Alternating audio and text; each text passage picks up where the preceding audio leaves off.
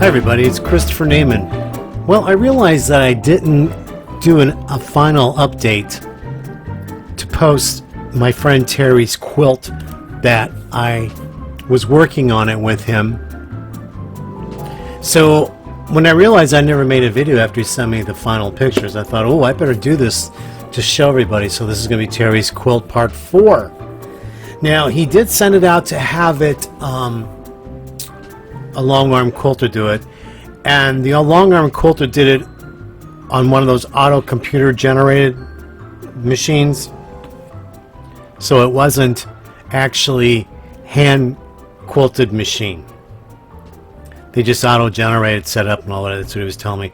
But anyway, I'm going to review a few pictures here. So this was it was a base muslin. I taught him this quilt block, and I remember this quilt block from the early 90s.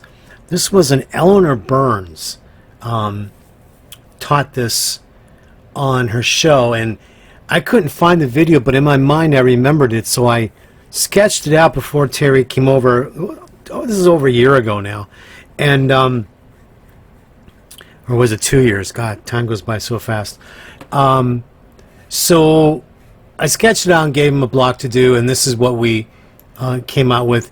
It was just a muslin block, and you would lay, I think it was a 2-inch ruler down the middle, draw the lines, and then you would place your fabric strip on one side, sew it 1/4 inch, flip it over, iron it, and do the same thing on the other side, and just keep adding. That's what we were doing here.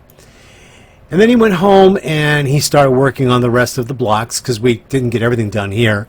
This was the Singer sewing machine that he's working on, a little computerized machine. This was the machine I featured in a couple of my videos where in the middle of 2000s or earlier, Baby Lock Australia branded this with their name on it.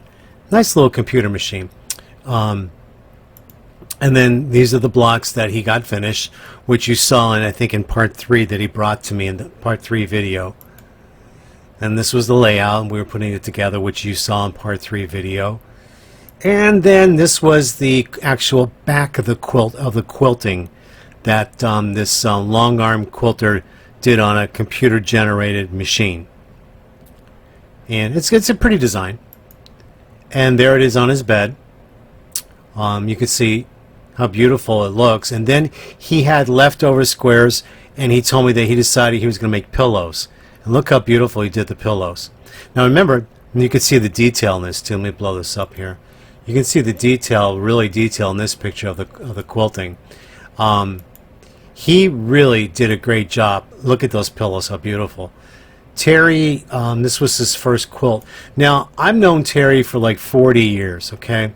Him and his partner were actually my first roommates when I moved out of my parents' house. And Terry is just, he's just, you know, he's just full of talents. And you can show him how to do something, and if he wants to do it, he'll take off and do it, and he succeeds.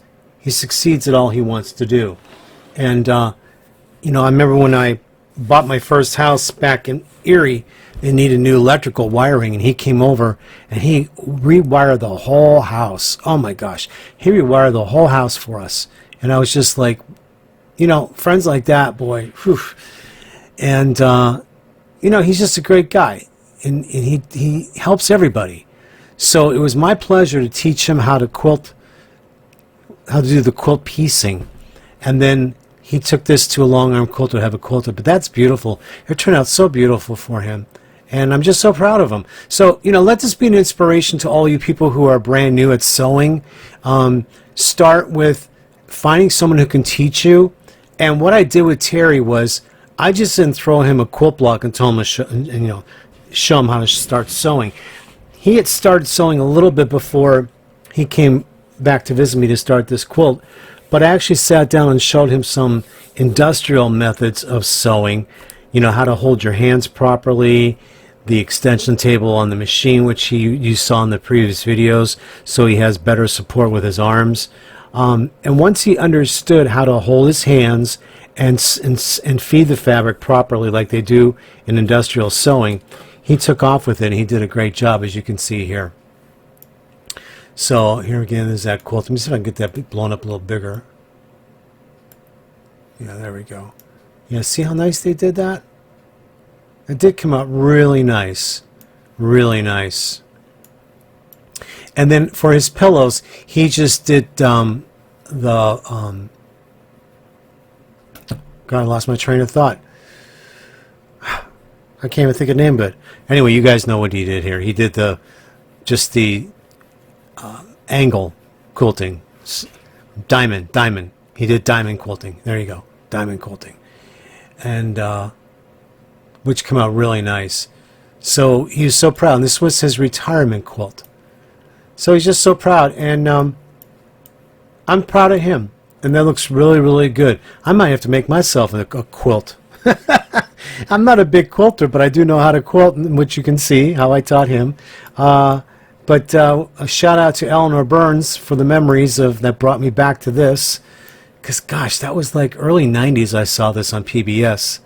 You know, so, but anyway, all right, guys, now you saw the whole thing, and now I realize I have completed the video now for you all to see. Okay, so there you go. All right, take care, everybody, and have a great night, day, whatever time you're watching this video. Bye now.